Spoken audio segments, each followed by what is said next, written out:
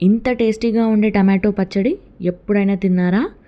వేడి వేడి అన్నంలో ఈ పచ్చడి వేసుకొని కొంచెం నెయ్యి వేసుకొని కలుపుకొని తినండి. చాలా అంటే చాలా అద్భుతంగా ఉందని మీరే అంటారు. పచ్చడి చేయడం మాత్రం చాలా ఈజీ, కానీ దీని టేస్ట్ మాత్రం నెక్స్ట్ లెవెల్ ఉంటుంది. ఇంకెందుకు ఆలస్యం, ఈ రెసిపీ చూసేద్దాం రండి. ముందుగా ఒక చిన్న కడాయిలో 1 స్పూన్ మెంతులు, అలాగే 1 స్పూన్ ఆవాలు వేసి ఒక 3 నిమిషాల పాటు డ్రై రోస్ట్ చేయాలి. ఇప్పుడు దీన్ని చల్లారనిచ్చి చల్లారిన తర్వాత మెత్తగా పొడిలాగా మిక్సీ పట్టాలి. ఈ టమాటో పచ్చడి మంచిగా రావాలి అంటే ఎర్రటి టమాటోలు తీసుకోవాలి.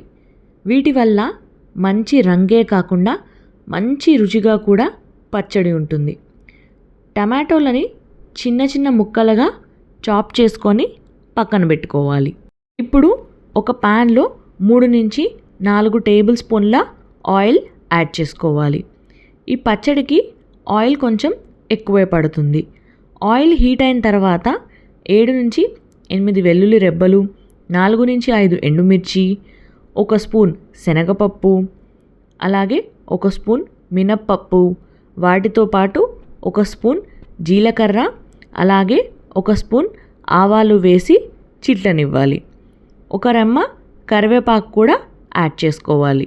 ఆ తర్వాత మనం ముందుగా కట్ చేసి పెట్టుకున్న టమాటో ముక్కలని యాడ్ చేసుకోవాలి. అంతా బాగా కలుపుకోవాలి. ఈ పచ్చడికి మనం ఏమి మిక్సీ పట్టం, సో టమాటోలు ఎంత బాగా మగ్గితే టమాటో పచ్చడి అంత టేస్టీగా ఉంటుంది. టమాటోలు మగ్గుతూ ఉండగా 1 స్పూన్ పసుపు యాడ్ చేసుకోవాలి. అలాగే చిటికెడు ఇంగువ కూడా వేసి కలిపి మూత పెట్టుకోవాలి.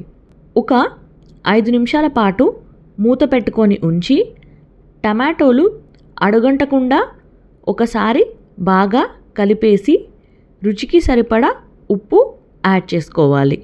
టమాటోలు ఇలా చూపిస్తున్న విధంగా ఒక 75% మగ్గిన తర్వాత 2 నుంచి 3 టేబుల్ స్పూన్ల కారం యాడ్ చేసుకోవాలి.